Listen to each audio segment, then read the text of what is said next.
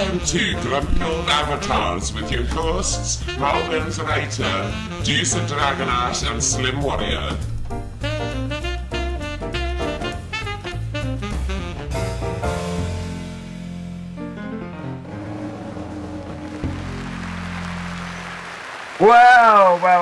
Well, good morning, afternoon, evening, or even tomorrow, depending on wherever and whenever you are. And welcome to yet another edition of the Grumpy Old Avatars.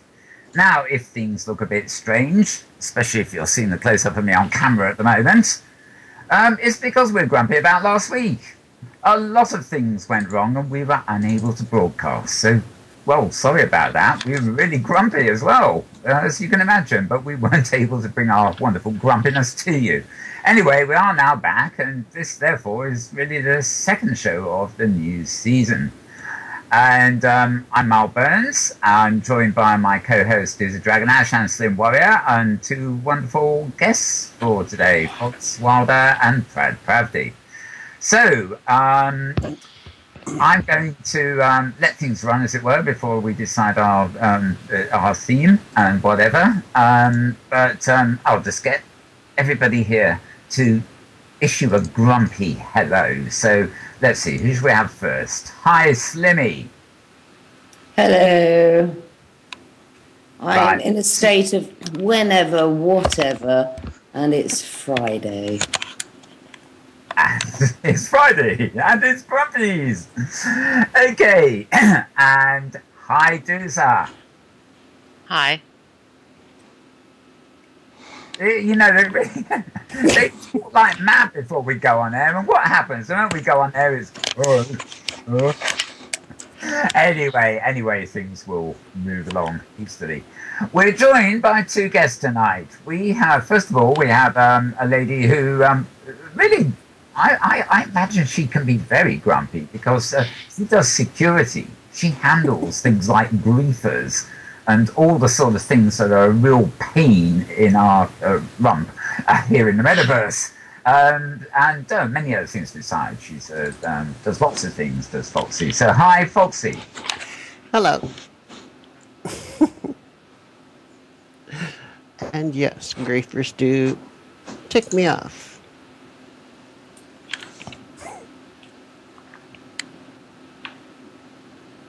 Has Mal died? Yes. Somebody wind him up again. I think we're all too grumpy. Where is he? I don't know. I think he's got so grumpy he's gone off. But while Mal is returning to speech, I would like to introduce our other lovely guest tonight, who is the wonderful Prathivi. Sorry. No one can pronounce my surname at all. I can. Really makes me I find it quite interesting that Mal started off tonight by saying good morning, good afternoon, good evening. I'd just like to clarify that it is not good at all, because I'm just not racing.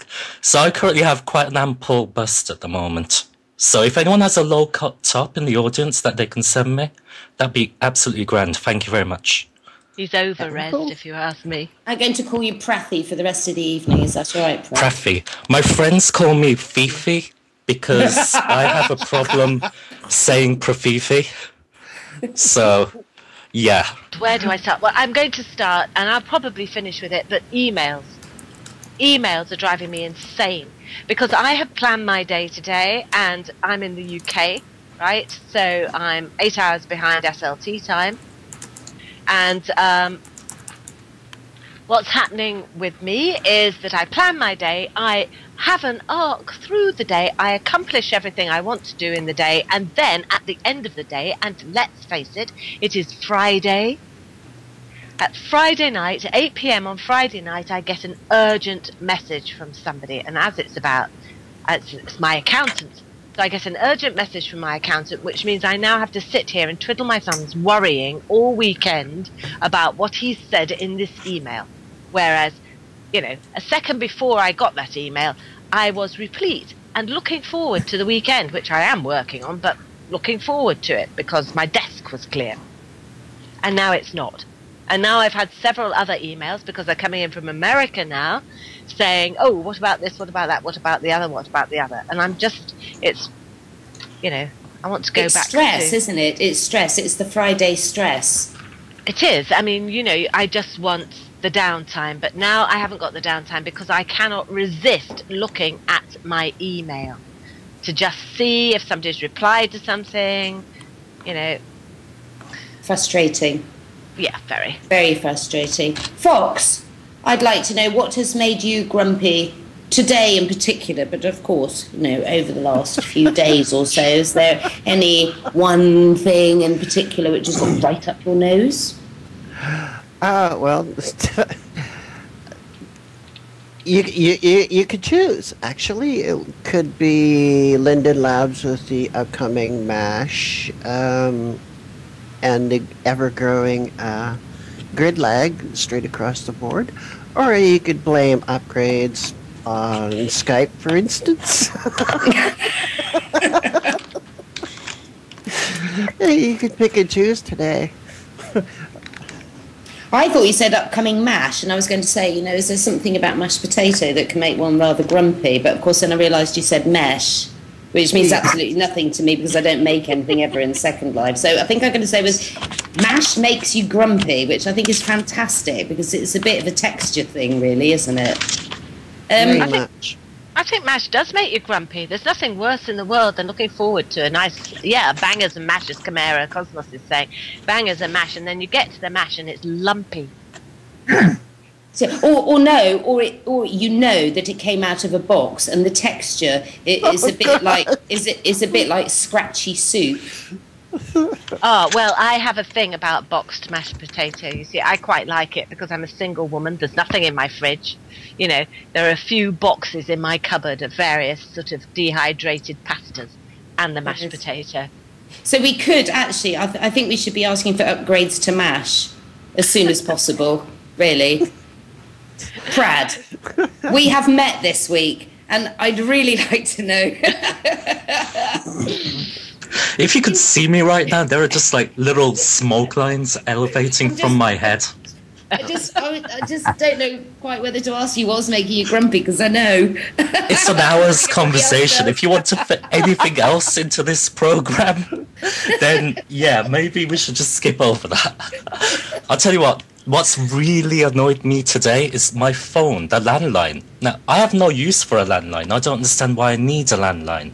Yeah, I need a landline to have internet, but I don't see why the two are related. So I never use the landline, but it's been ringing every half an hour, and every call has been some sort of spammer. I'm just, So that's just been doing my head in. That happens to me too. You know, I've got an answer phone on the thing, and you know, I never answer my landline. It is all spam, virtually. So, and if any of you wondered where I suddenly disappeared to, host of the show, right in the middle of it, it was because of BT.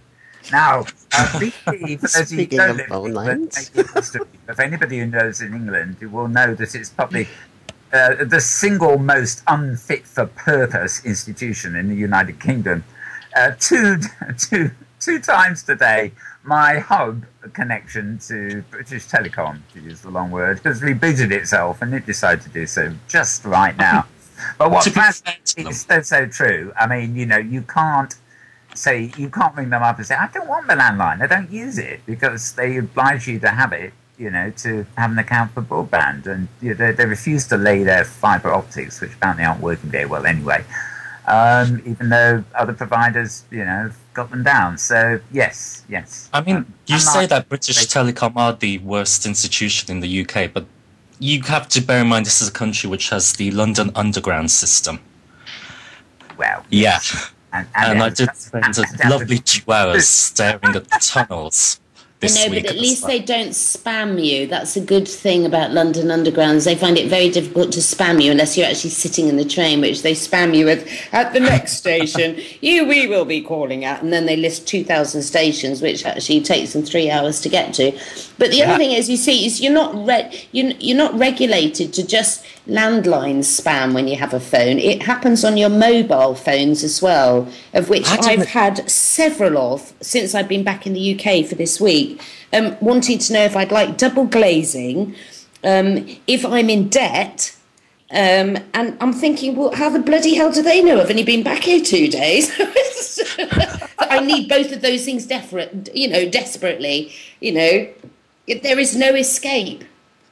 My phone rang earlier. This is my mobile phone. And I picked her up and this woman answers and she says, "Hi, Andrew, it's Mary." I said, "My name's not Andrew." So she said, "Well..." Then she says, "Well, is this 078?" And then she relates my phone number. And I say, "Yeah, that is my phone number, but I'm not Andrew." And she says, "Well, this is the phone number that I was given." And I said, I just had to play with her. So I said to her, "Well, you must be right. Sorry, my name is Andrew. How are you, Mary?" I swear, no words of a lie, she doesn't pick up on the sarcasm. And she says to me, "I knew it was you, really, Andrew."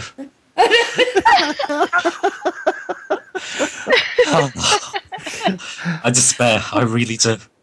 People are a bit weird when they call a wrong phone number, actually, aren't they? Because they do phone up and say odd things. But this is the number I've got, so you must be that person. And it never enters their mind that actually they've got the wrong number, but they're insistent that it is the right number. It's you that are the wrong person. Wrong person. I had a person for you. I'm sorry, I'm not here to laugh. A couple of years ago, and I picked up the mobile phone, and some guy was screaming blue murder at me for about 15 minutes, and not really very intelligible, something about coming around and sorting me out and everything else like that. And by the time he finally calmed down, the reason he was ringing me was he had found my number in his girlfriend's phone. And,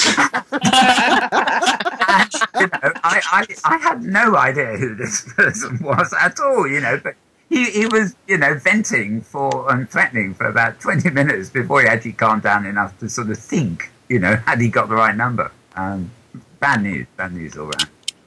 Scary. But did he come round and sort you out?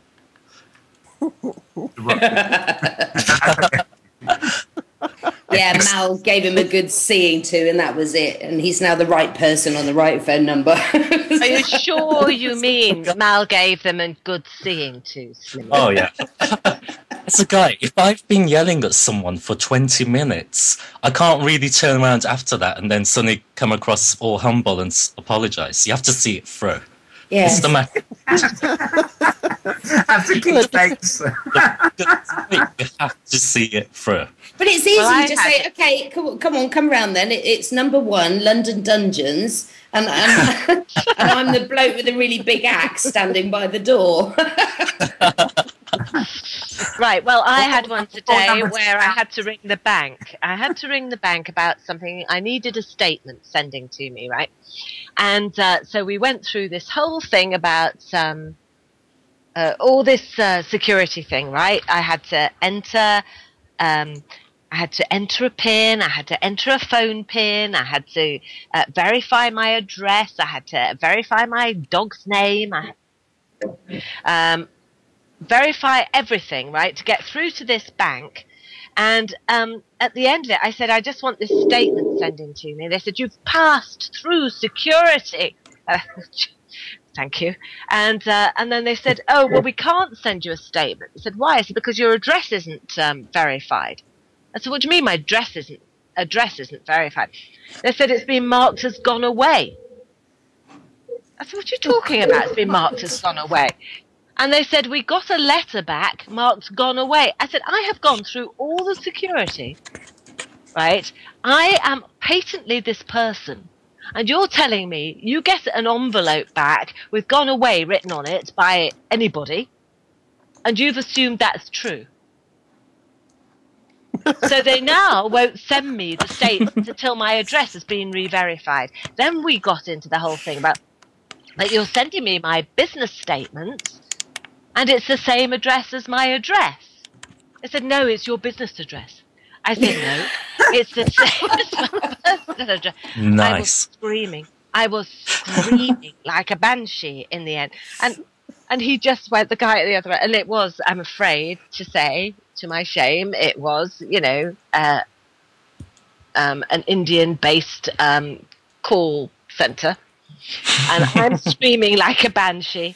And all the way there, And in the end, he said, I'm terribly sorry, madam. This wasn't my mistake.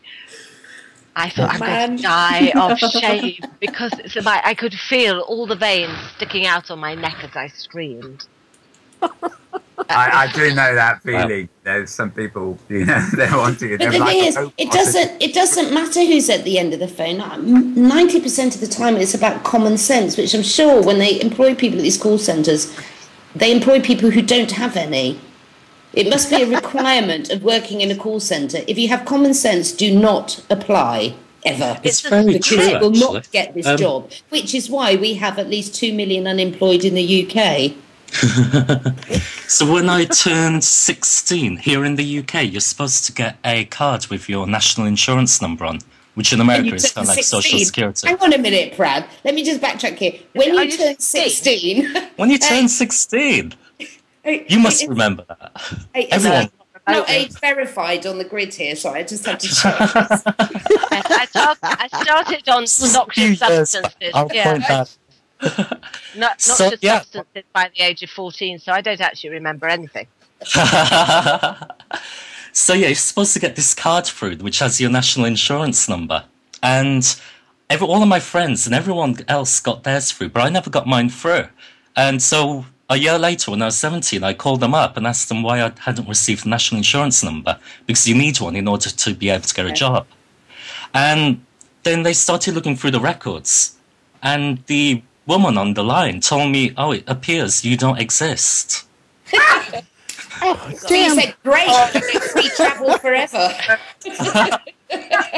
Does that still mean I need a tube card? That's not what my waistline says. Good God. Very existential. If you'd never run up, you wouldn't be getting any tax bills. You wouldn't be getting... Exactly. There was a moment in my head where I should just accept the fact that I don't exist and I never have to pay tax. Exactly. You see, it's a perfect situation, isn't it? I think I don't exist, therefore... Yeah. I'm not... Yeah. For about 17 years of my life, the system apparently thought I never existed, somehow. So have you had to pay back tax? I think I got away with it, somehow. But yeah, it was quite interesting. I think what happened was when I was born, the midwife, the registrar, when registering my name, didn't actually write down my name correctly. So my name, my real life name, which is Pradip, was actually a typo. Really? They typoed my name.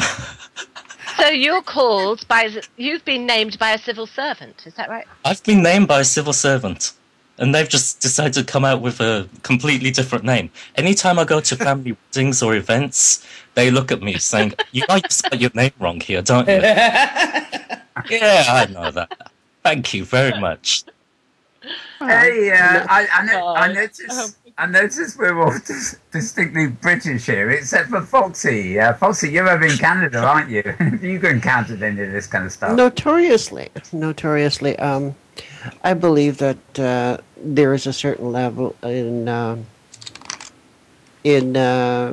public servants that, equates along the lines of pond scum. I mean, most pond scum I've met usually has a higher intellect level. So if they spell your name wrong, then consider it lucky they can actually write at all. Yeah.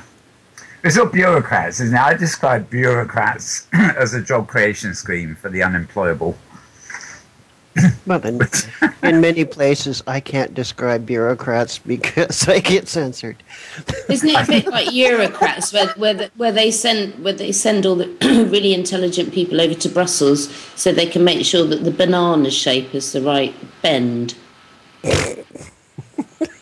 Isn't that where they send them all? I read about that. I don't know where that came from.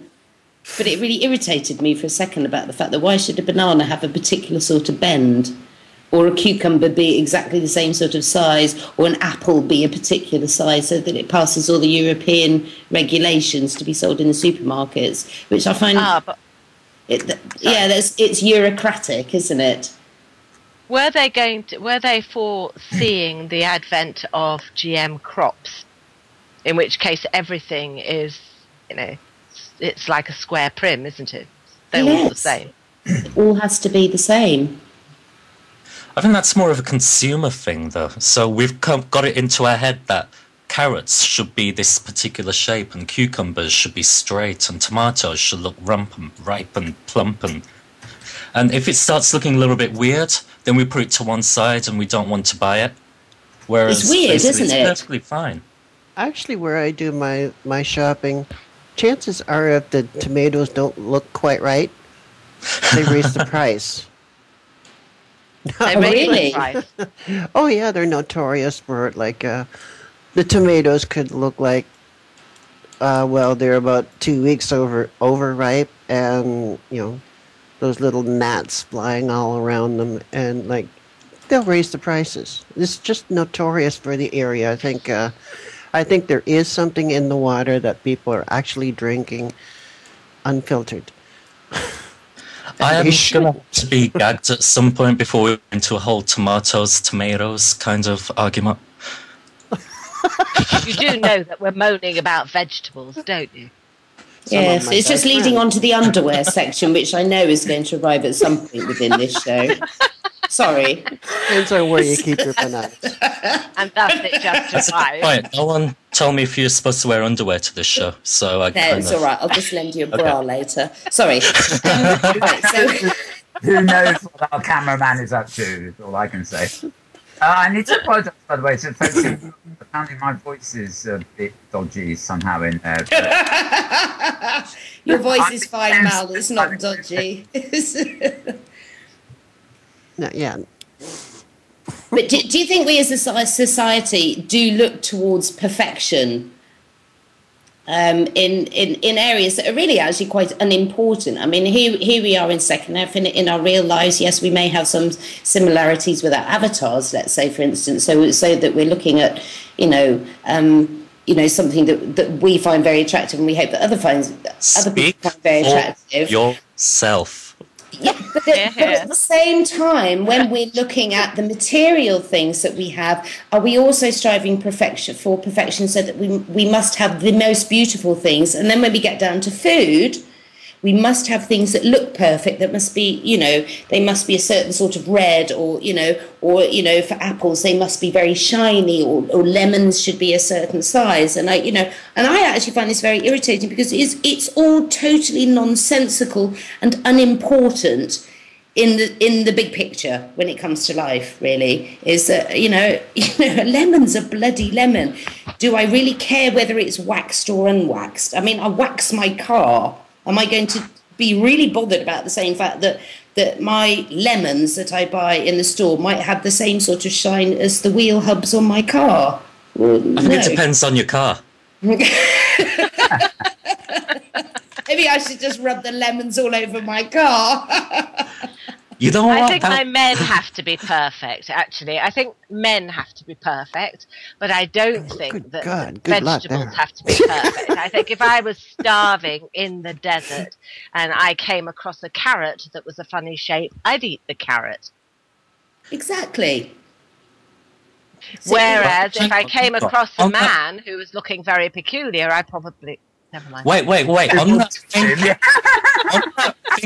if you're stuck in the middle of a desert and all you've got is a carrot, if you're the last woman on the world and there was just one not very perfect looking guy, would you? Depends how not very perfect he was.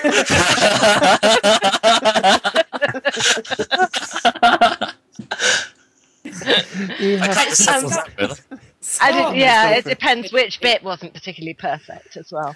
I vote for the carrot. For the audience coming out with very good comments, I'd take the carrot. That kind of sums it up. Well, you don't have to argue with the carrot. Let's not go there. I was just about to say, Scarp's brought up a very good point, actually, Scarp in the audience, who said, if you could taste the fruit before you buy it, it would be sold according to taste, but you can only look at it, so it's sold by how it looks. explain McDonald's. Yeah, no, but I want to explain people that like to eat cheese, which is covered in a great deal of blue fungus. How that is attractively something you really want to eat. Well, what about all the people that go into supermarkets and open the packages and eat the thing in there? So they're tasting it. It's not there when they get to the checkout. Although you always go up to the grapes and you always try a grape just to see what it tastes like before you buy the whole batch. So maybe no wonder we're all losing money. You should have samples in front of absolutely everything, so you trial a bit, and basically no one would ever buy anything because you're just too busy going full on the samples. Well, actually, I that's a really good idea. That's a great. Yeah, I mean, quite a few stores do that, because then you could take your date out, couldn't you? Say, come on, we're going to lunch. You just go to the supermarket and just try everything around the aisles. Definition of a new cheap date, isn't it? Yeah, just getting down to the supermarket. I would never leave the dessert aisle ever again. Yeah. Oh, well. Yes. So, we didn't really ever get around to talking about waste. Our sort of theme of the day, did we? Or was that Is this safe? No, we haven't talked about waste, but we haven't talked about waste. I was listening to a program, a TED talk, I believe it was this morning, and I was equally astonished to find out that even in the most petroleum-hungry capital of the world, America, only the average motor car is only used by its owner 8% of the time, and they were going on about this. The possibilities of car sharing and things like that, and how people just have to maintain these things, presumably with all the parking tickets and everything that goes with it. They maintain something full time that they only use maybe less than 8% of the time. And Slimmie, you were talking earlier about your wonderful packaging on what was it, soap detergent or something? No, don't even get me started. Well, I think it's dishwasher tablets. And they come. Well, I have to say, I mean, you are right because it is a wasteful thing, but at the same time, not only is it bloody annoying that when you want to wash your dishes in the dishwasher, you've got to open this little plastic packaging which the dishwasher tablet is in, and of course you can never open it. So my son didn't even think about it and just did several washes in the dishwasher without taking it out of the plastic package. But it does lead very nicely into the fact that there is an awful lot of waste. Is that why would you put a little plastic bag around a dishwasher tablet? For what reason? Unless it was biodegradable, which these ones weren't. Obviously, they were very waterproof. Actually, I could probably make wellies out of them if I ever managed to open the bloody things. They could actually be very useful, but they're not. So they're wasteful. They're annoying, really annoying, and I think to some degree is they're not needed. Really, because it would cause me a great deal less stress when I'm washing my dishes. Well, when the machine is washing my dishes anyway. I mean, Prad was saying earlier that his real moan was the amount of he doesn't need his landline and his constant stream of spam coming down the phone line. Oh, listen, Prad has got a great story. Prad, tell the story about the plastic packaging. Oh gosh. So in the UK, we have a store which sells just about every single thing you can imagine and then some, called Argos. And they have this huge thick catalogue. And they especially make these catalogues as weapons, so you can actually kill people with this catalogue. And you go into the store and you pick out what you want from this catalogue, and then you go up to the counter and you give them a number.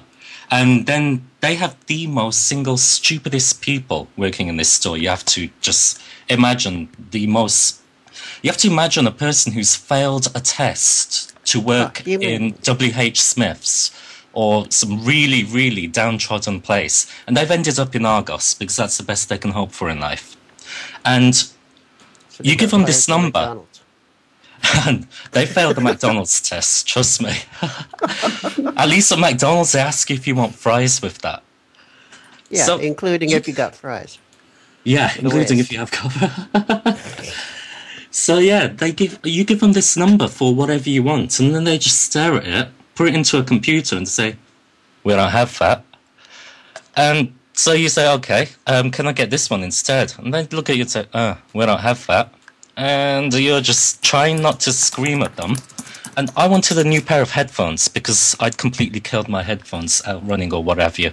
So I went in, ordered some headphones, and on my third set of headphones, I finally got the ones which they did have in stock. Thank you very much. Ordered them. 5 minutes later, they come down from what must probably be the biggest warehouse in the world. Not. And it's in this packaging, and it's kind of like this vacuum-formed plastic packaging, and you can't open it by any reasonable means because it's just not got any opening. You can't tear it open. You have to have a pair of scissors or a knife. So I go back up to the customer services counter and I ask them, do you have a pair of scissors behind there? And this guy behind the counter is obviously only programmed to respond to maybe 2 or 3 different questions. So he stares at me for a good couple of moments before he says, "We don't have those." And I'm trying to keep my composure. You don't have a pair of scissors behind there. I find that difficult to believe. But I don't say anything. I stare at him for a good 10 seconds just to make him feel, a little bit nervous. Because I want him a little bit scared of me at this point. And then I say to him, "You don't have a pair of scissors." So I get the catalogue back out and I look through and I find a pair of scissors and I order a pair of scissors. I wait another 5 minutes for a pair of scissors to come down. I call him and ask him to stand in front of me while I cut open my headphones. Take out my headphones and I say to him, "All right, here's the scissors back. I'd like a refund." You were lucky. You were lucky you could open the package as the scissors came in. I know. I usually don't get that lucky. Don't believe that. That was ridiculous. I've got about 6 sets of headsets here where I've done exactly what you did, Prad, but I brought them back and got the scissors out. But the packaging is so hard. It's it's like, I don't know. It's so hard. It's like cutting glass, really, to some extent. Breaks the scissors. Better, no, worse than that. I cut through the wire. Oh, yes. On the headset. So I don't know how often I've done that. More often than not, actually. I think Prad was very lucky that he didn't get the scissors in the vacuum pack, because that would have been a bit sort of bloody annoying, wouldn't it? That's how I usually find them here. I just screamed. But it is. I think plastic packaging like that is wasteful. It's environmentally totally unfriendly. Plus, the number of people admitted to hospital each year with needing emergency treatment due to some serious cuts and some needing stitching because they haven't been able to open the packaging is disgusting. So because I'd cut myself with packaging, I would lie and I would not tell them that I cut myself with packaging. Because that is not a cool way to But I have to say that Lisa Hermano has just pointed out that there would be a lot more in hospital if Argos staff had scissors. I'm pretty sure that's probably true. I think there'd be a lot more Argos staff in the hospital. Oh, you have no. Oh, God. This is interesting that I've noticed in a few stores that sell pens, like Parker pens, proper, quite fancy pens. And they've started tying them in with wires.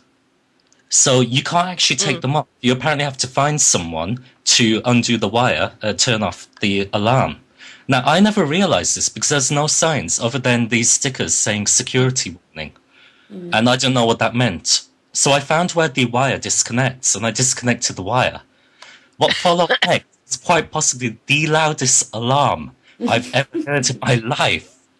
And bear in mind, this was in the middle of John Lewis, which is a really huge store in central London. It's like 6 floors, 7 floors in this store. People have got lost in this store and you've never heard of them ever again. And you could hear this alarm in the entire store.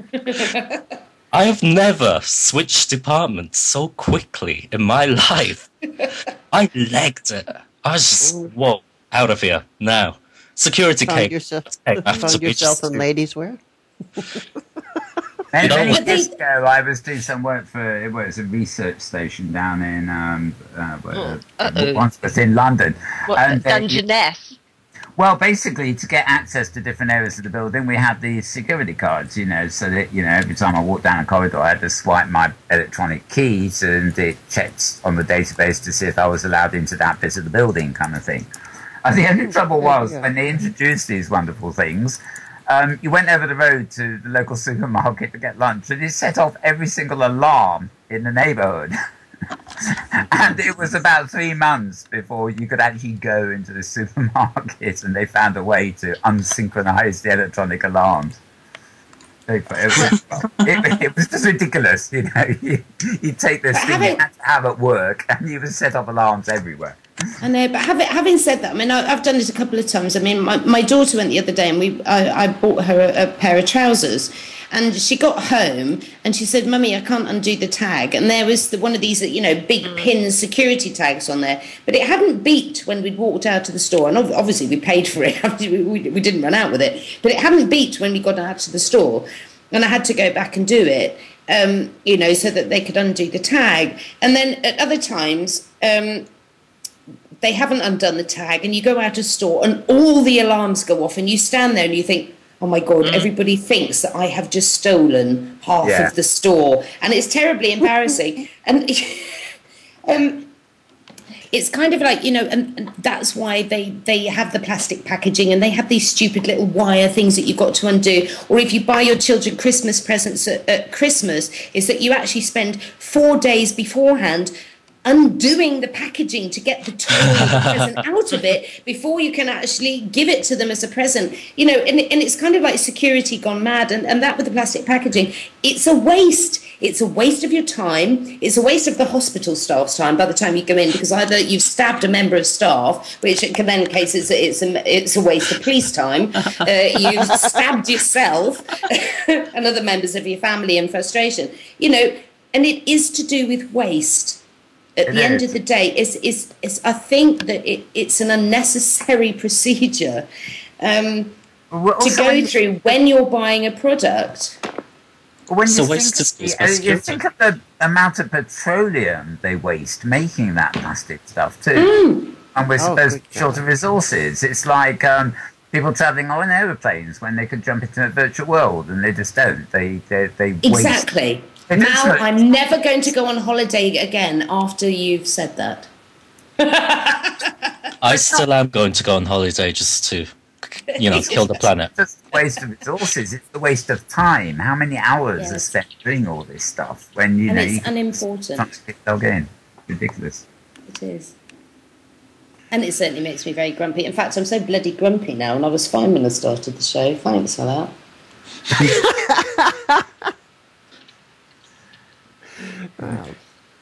Well, for some reason, my voice is apparently playing up in World, so apologies to that, folks, in the audience. Aww. You can hear on TV there. Hopefully you can hear it on TV. Well, perhaps we should move on, because we have a few minutes left, and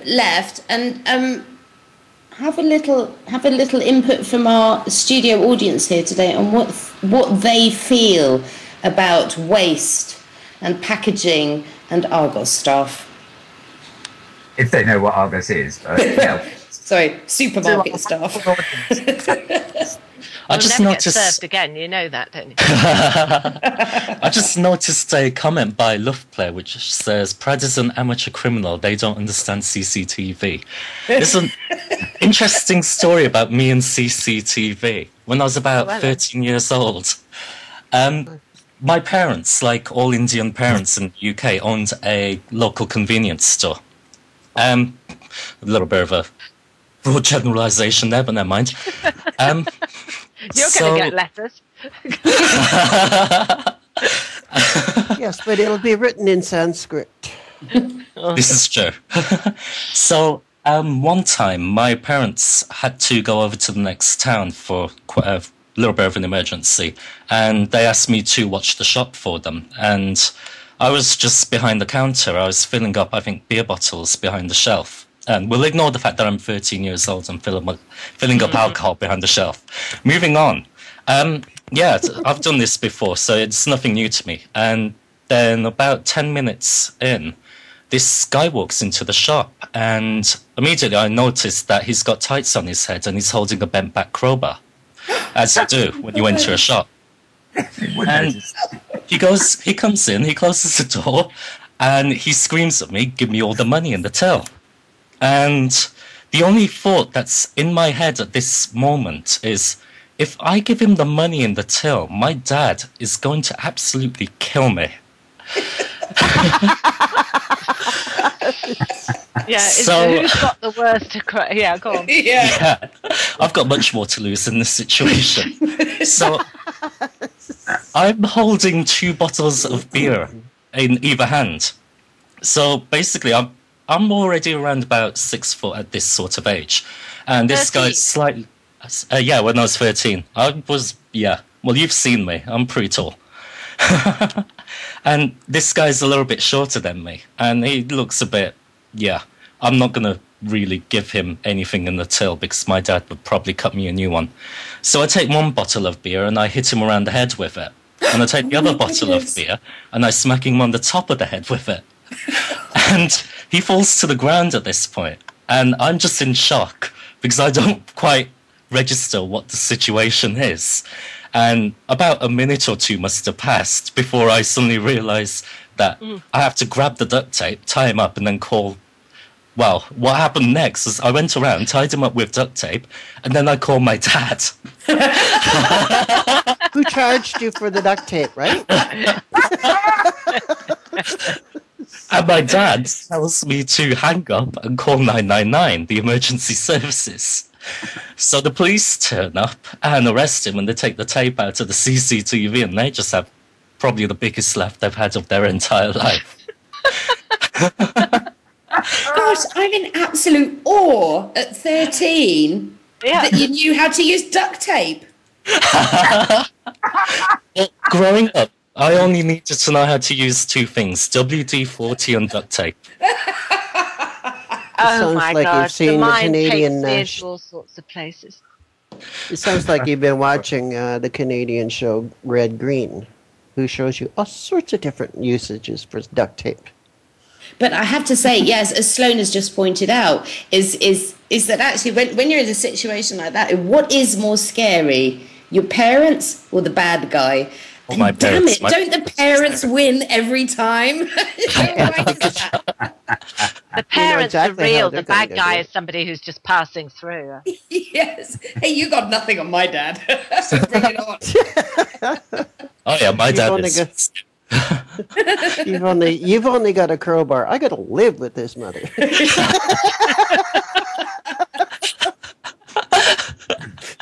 Okay, well, Waste of my time. I think we're getting near our sort of wrap-up point. I'm very glad to say that when we asked the audience for their suggestions about waste, well, it actually got very quiet, but I'm actually rather pleased that nobody said Grumpy Old Avatars was a waste of time. So we've got a loyal audience. Thank you, everybody, for not making the quip I was expecting. Anyway, one way we like to round up this is sort of go to our guests of the week and forget about everything we've been talking about so far, which actually we've covered a whole lot in today's show. But I just want to ask you, what's been making you personally grumpy this week? It can be to do with where we're here in the metaverse in Second Life. It can be out in the real world. It can be on the other side of the galaxy for all I care. But what's been making you grumpy this week? And I'm going to start with Foxxe. I got this one all planned out. Unfortunately, it's a waste of my time to complain about it because it's all Linden Labs' fault. No, I'm notoriously anti-corporate by nature, and it seems every time I run into a problem in Second Life, it always it always trickles down to one tiny source. Which, of course, if anybody's ever tried to contact these people for any help whatsoever, you'll find it is, yes, a waste of time. Thank you, Linden Labs, for being so constant. In 4 years of me being in World here, you have never let me down, but then again, you have never done anything else but let me down, so, you know. They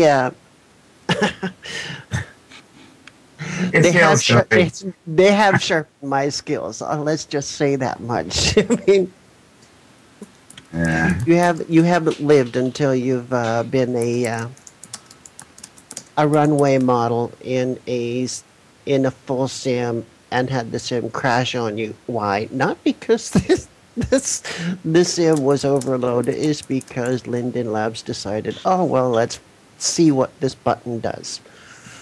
Yeah. But it's Sod's Law. They always do it at a particular time. It's like the fireworks that went off in my RL organic sim about 3 minutes before I went on air. Fortunately, it stopped. I think they actually had stopped by the time we went on air. I think they actually look for that stuff, though. Sorry?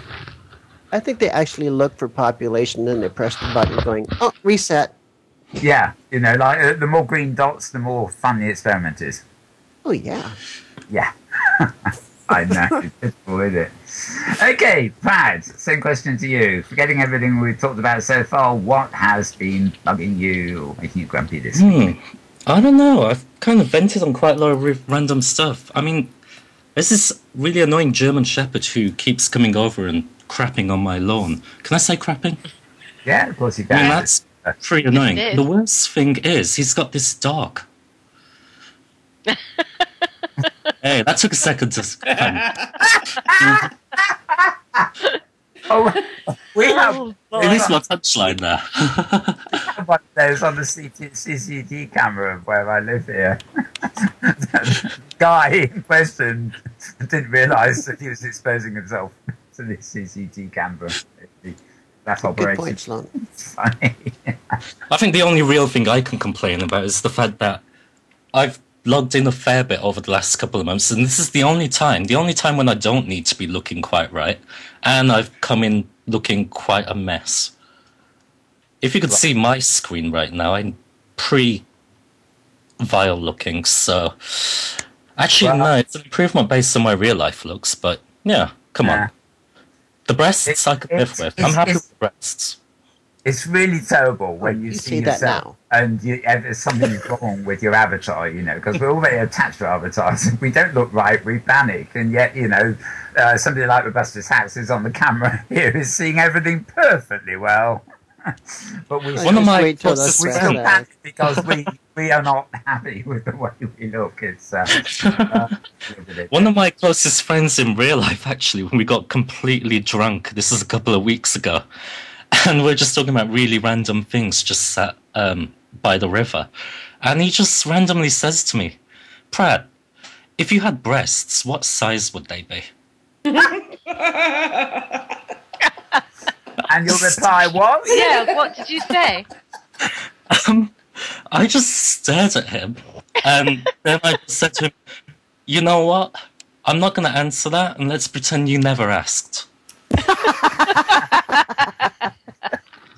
Yeah. You've been looking down my shirt again. From way up there, I'm not surprised. It does make me realise I probably need better friends. Oh, great. He trusted you. Okay, well, let's turn to our host here. And Dousa, what's on your mind this week that you haven't I'll thought tell of? you what's. Yeah, I've warned our group actually a couple of times because you may all know I was just I'm in viewer 2 at the moment simply because I'm a masochist and like giving myself a hard time. Anyway, I don't know what was happening. I was looking at somebody's profile, I think, and I saw these magic words: Dousa Dragonash privacy settings above this huge clunky profile thing, you know.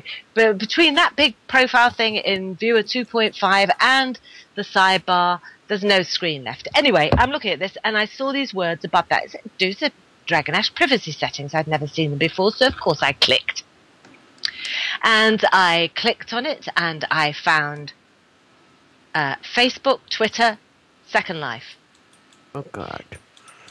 And I don't know. I just looked at it in horror. It was as if, you know, it is that thing, we're back to the knickers now, as if I'd been caught with my knickers down in public. Because it seemed to me that everything that I was doing in Second Life was going out onto Facebook and Twitter, including my groups. And your knickers. I knew we were going to get to knickers I at had some to do it, point. Slimmie. I've worked in so many ways to do it through this show, but I thought I'd leave it to that moment.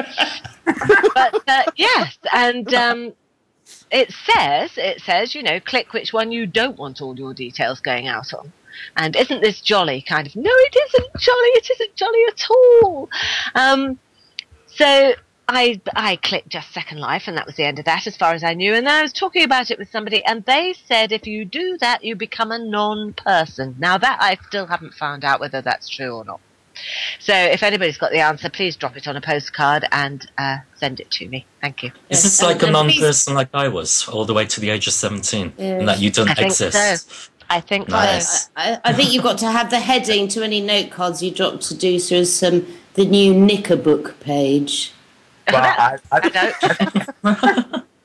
Okay, I'm going to go to Slimmie now for the last word. And I'm going to ask you... shall I tell you what? Knickers in a twist this week. Do you know what's really, really annoyed me this week?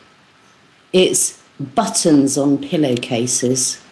What is the point of buttons on pillowcases? I mean, I put my pillow in, but what is the point of doing it up with blood? To pull your eye out in the middle of the night when you turn over. Yeah, it's not the putting the pillow in. It's the taking the pillow out. You know, when you've got to go like wash all your bed sheets and stuff. Is that and it takes about like an hour to undo every bloody button on the duvet. But it's the pillowcase, so it's useless and it's made me really grumpy. Okay. Oh, yes, then there's the added bonus for having a button imprint on your forehead where you're doing up your makeup. As a single mid-20s guy, I really have no use for pillowcases. But it's a bit like, you know, a pillowcase trying to be a pair of 501 jeans, isn't it? It just doesn't work. But we'll be having Speed Master Bing doesn't know what a pillowcase is, so we've got another. We'll be having probably be having embossed designer logos on our pillowcases. That's a man thing, isn't it? Even more uncomfortable, you know. Let's not go there. Yeah. I had to dream once. While Slimmie's got the mic, maybe she'd like to tell us about the blog and the Twitter feed and all the stuff. Yes, I would like to tell you about it. And considering that you're very lucky that I'm still moaning about bloody buttons on pillowcases, if you would like to follow us on Twitter, it's Grumpy Old Avatar. Please do stalk us. We do have a blog, which is Grumpy Old Avatars. Blogspot.com, Grumpy Old Avatars. You can watch the replays live and on demand at NBC TV. So if somebody would like to put that URL into chat, that would be great, because then you can all just click on it and go and watch all the fabulous programmes on NBC, but also you can catch up on Grumpy Old Avatars if you've missed it. And we look forward to seeing you next week, when we will be talking about... And I'm going to hand that to Mal, because I don't know what we're going to be talking about next week. Well, neither do I. We never do. And Mal, hey, you haven't told us what your grumpy is for this week. Come on. BT? Well, I've been there before. Look, they took me down halfway through the show. What else can I possibly do? I think we should moan about BT on every programme and then get them to sponsor us. Yeah, and talk about underwear. Oh, that'll work. Yeah, BT, the corporation with its knickers in a twist. That's a good description, I think. Okay, folks. Well, we've come to the roundup point. We can't stay on an hour. On air for more than an hour. Other programs collide and such like. So, really good to see you all here in the audience, and they're in the audience on the TV channel. We seem to have about equal numbers on both today, I think.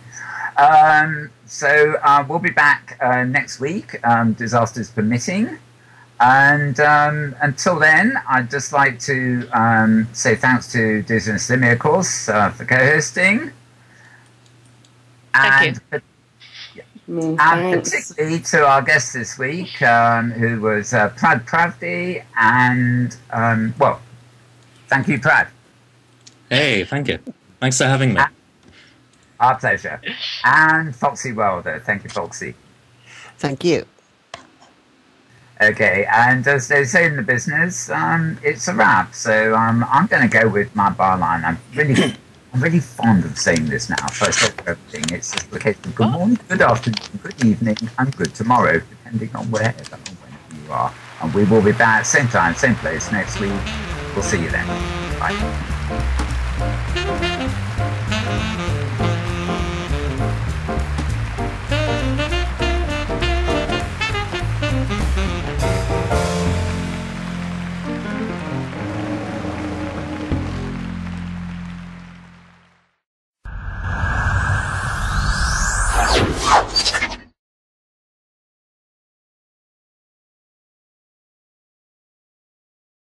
Has anybody seen my teeth? I think they fell out when I bit into that apple.